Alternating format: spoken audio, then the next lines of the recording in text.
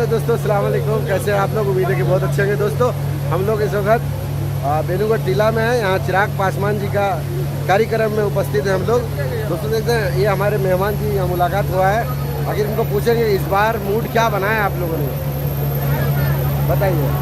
Mood क्या है? हम लोग का कहना यही है कि जैसे नीतीश का सरकार में, एनडीए का सरकार में जो विकास हुआ है और उसी का सरकार रहना चाहिए ताकि विकास और अच्छा हो। वर्तमान सरकार रहना चाहिए ना जी। हेलीकॉप्टर उड़ गया और चंद टाइम का मेहमान था, चले गए चिराग पासवान जी। तो कमेंट पे राय ज़रूर देना। अभी चेहरा पहचान लीजिए इनका।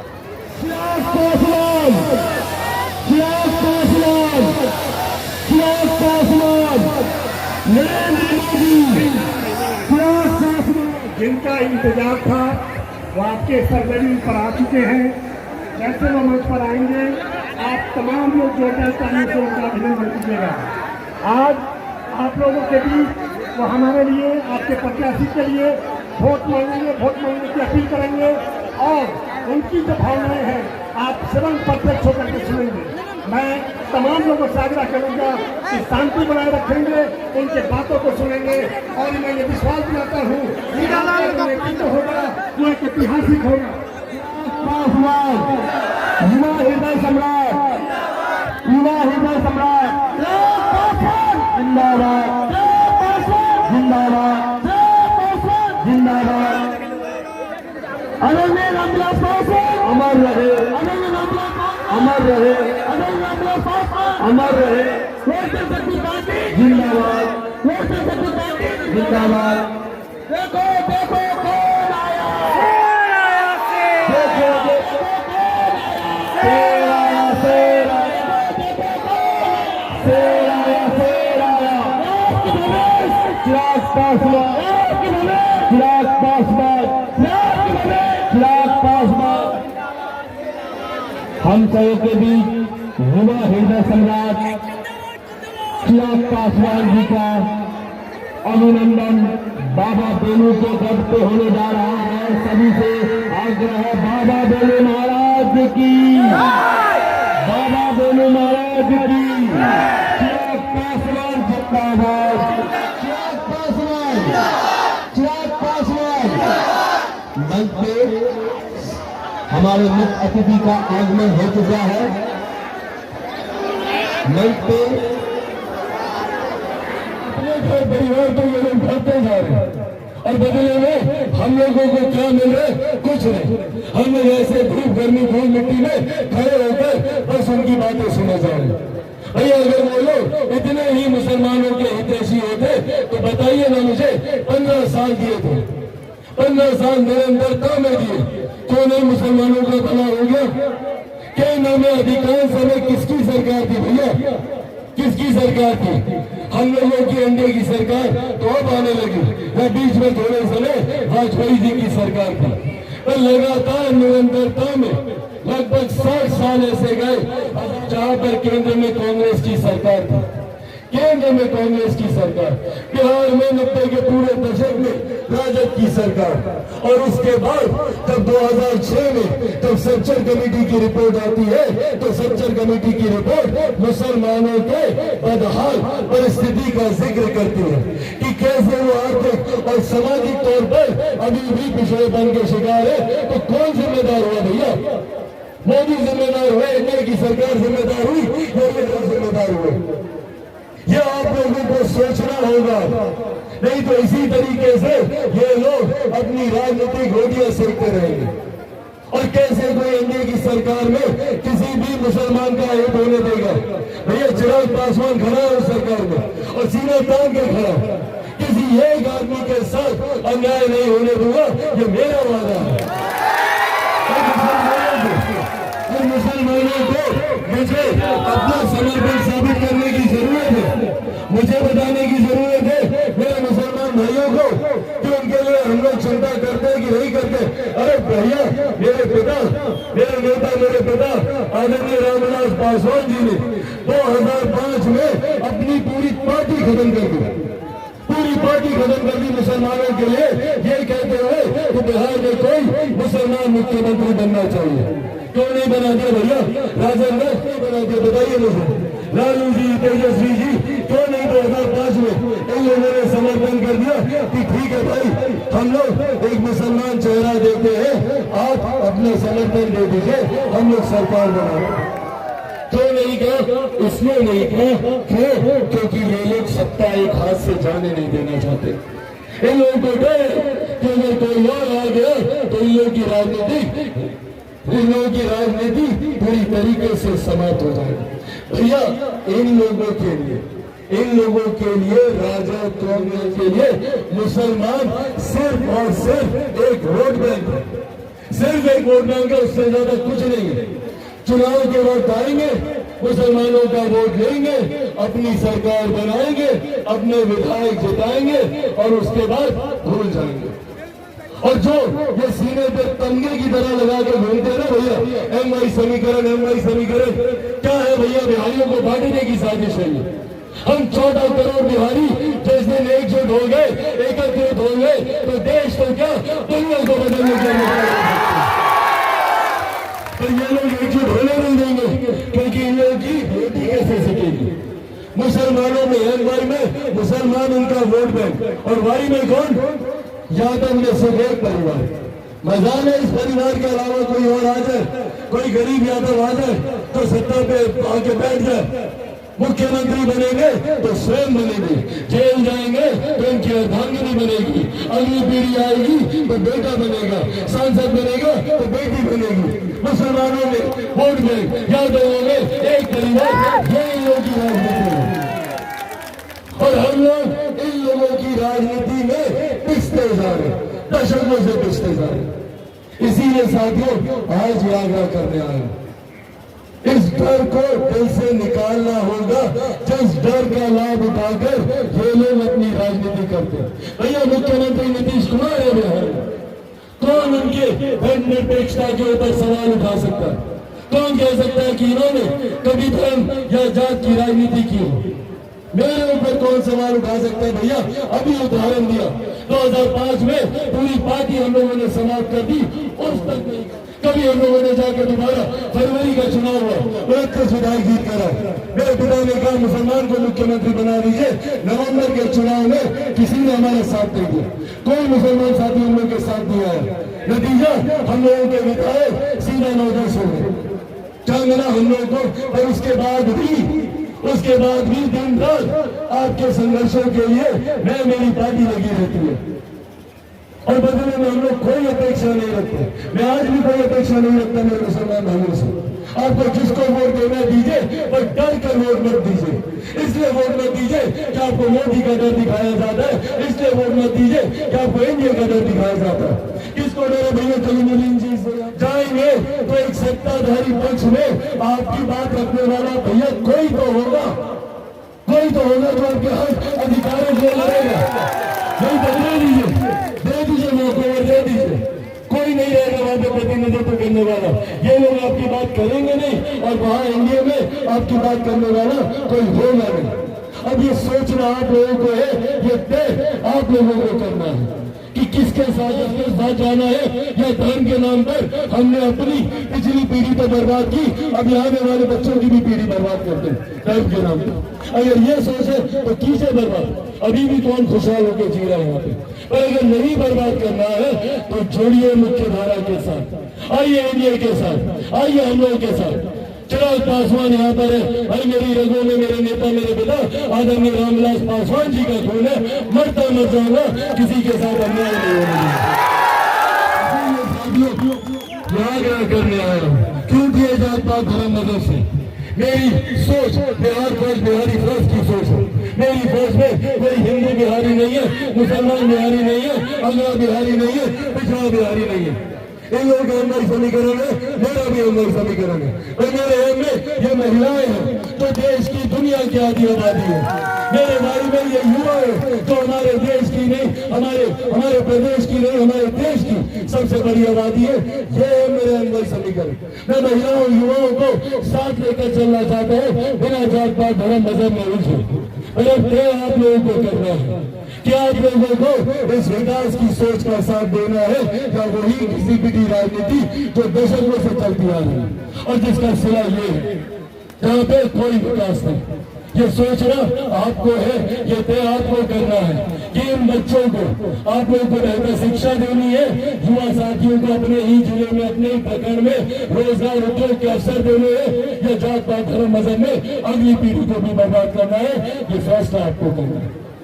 बस मैं इतना आग्रह कर सकता हूँ कि आइए जुड़िए और चुनिए ऐसे नेताओं को तो बिहार की विधानसभा में जाकर सिर्फ और सिर्फ आपके क्षेत्र की विकास की बात करें, आप लोगों के विकास की बात करें।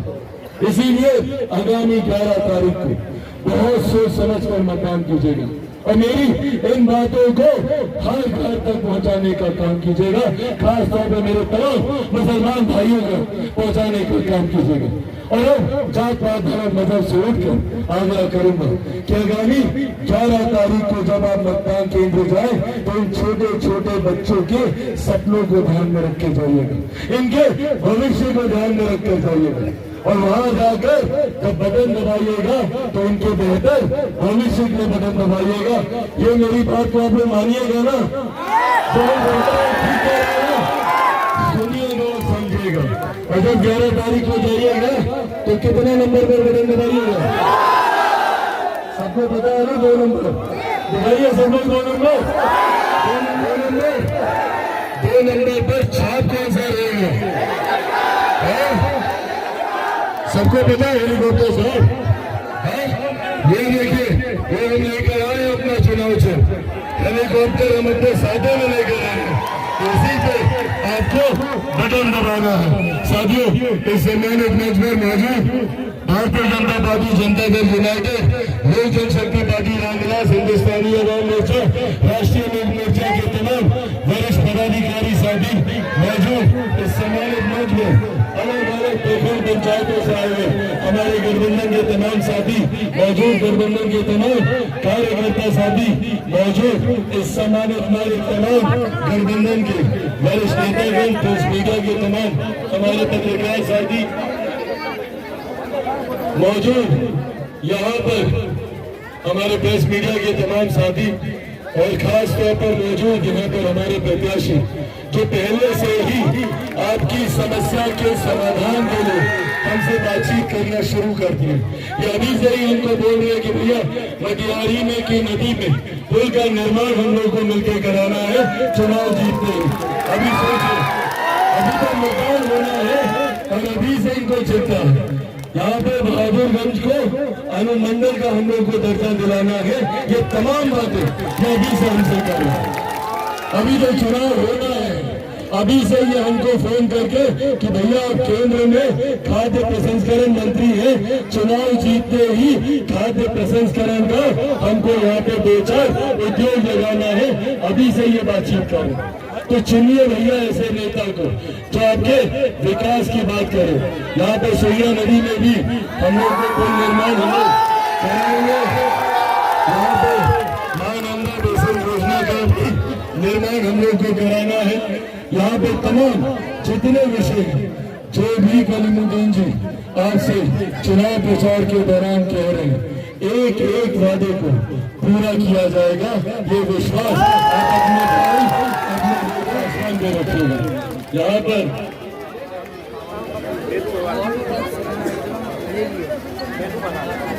साथियों, आज जब मैं यहाँ पर आया हूँ तो मेरे लिए भी ये सौभाग्य की बात है कि महाभारत काल से जुड़ी एक ऐसी पावन धरती, बाबा बेनू महाराज की एक धरती, मुझे उनका आशीर्वाद लेने का सौभाग्य प्राप्त हुआ। और मैं ये विश्वास करता हूँ कि बाबा बेनू महाराज के आशीर्वाद से हम लोगों के प्रत्याशी, एनडीए के प्रत्याशी को आप लोग भारी मतों से यहाँ से विजय बनाने का आप लोग काम करेंगे। सब लोग आशीर्वाद है, उनको विजय की माला दे दी जाए। उनको जोरदार ताली बजाकर आप लोग अपना आशीर्वाद दें।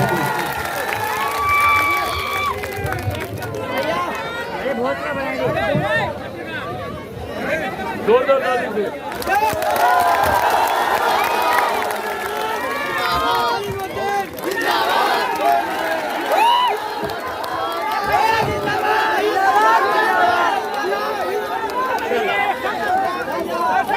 साथियों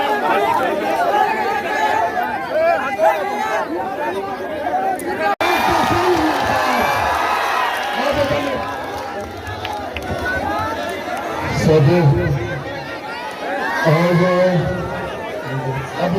आप रहिए, बाकी से बैठ जाओ। साथियों आज जब यहाँ आप लोगों के बीच आया, आप सबसे एक विशेष आग्रह करने, आप सबसे कुछ जानकारी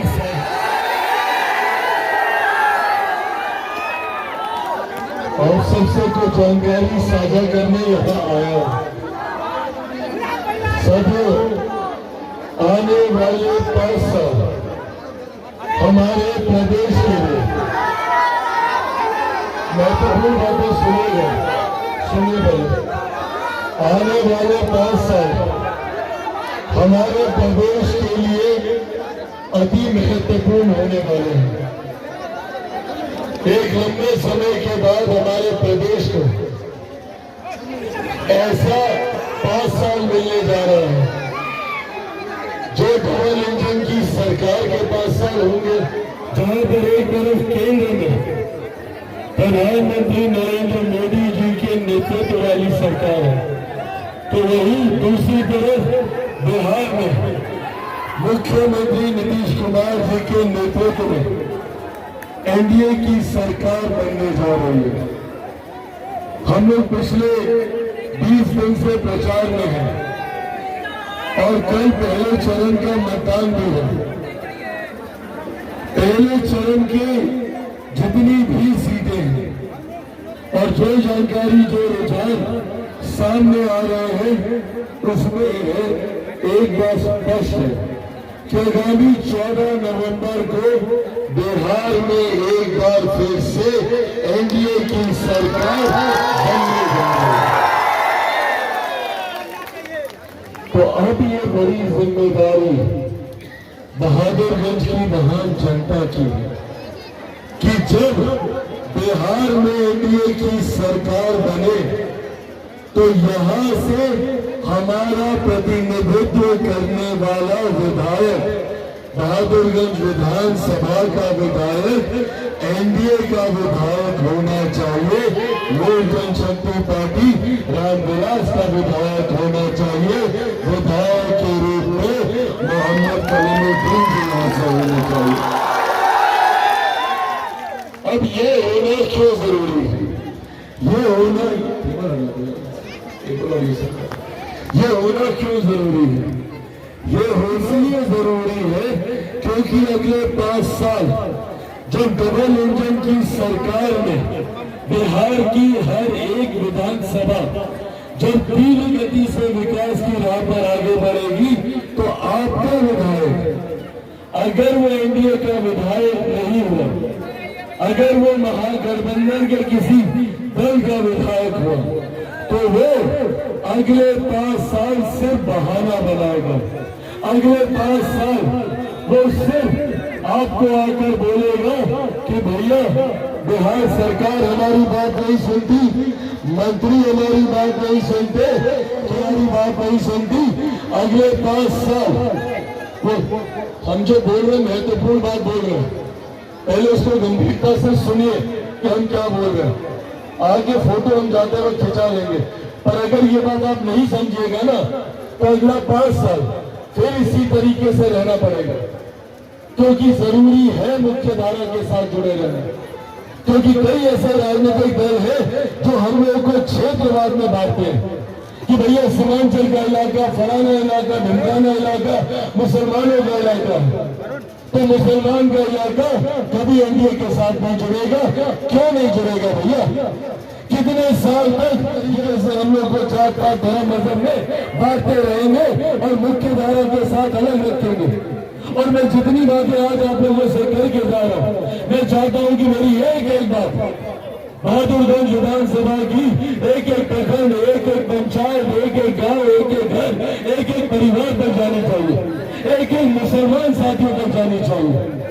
क्योंकि इन लोगों ने इन लोगों ने दशकों से मुसलमानों को अपना वोट बैंक बना के रखा और इन्होंने उनके ऊपर अपना आधिपत्य जमाकर इस बात को सुनिश्चित किया कि भैया मोदी का डर दिखा के, एनडीए का डर दिखा के हम लोग मुसलमानों को सीमांचल के इलाके में आने वाले किसी भी विधानसभा को हम लोग उधर वोट दे को आप खुला मौका देंगे सेवा करने का।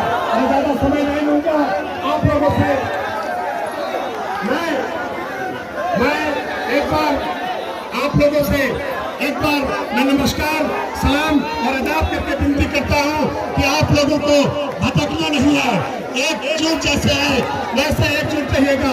और मैं यकीन दिलाता हूं कि आप लोग ध्यान में बैठा लीजिए कि इस बार एनडीए को मुसलमान समाज में वोट देने जा रहा है और आपका परचम यहाँ से लहराया जाएगा।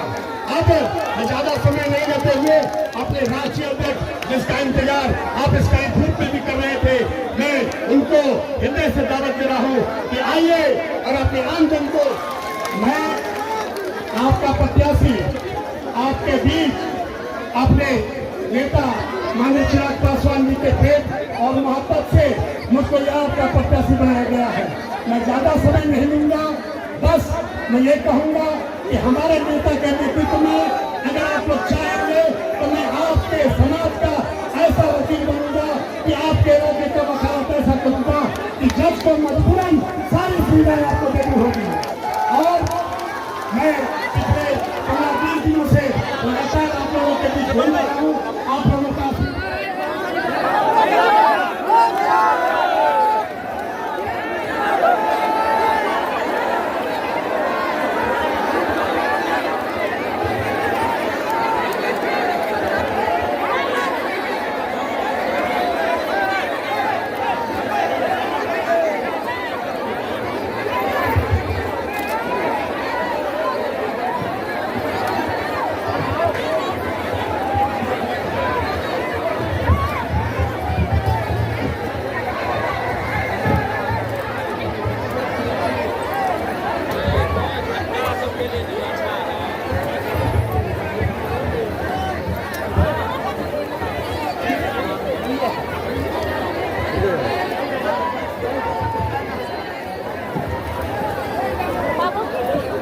ऐतिहासिक पावन धरा में चिराग पासवान जी का अभिनंदन है। युवा हृदय सम्राट भाई चिराग पासवान जी का बेनुगढ़ के पावन धरा में अभिनंदन है। चिराग पासवान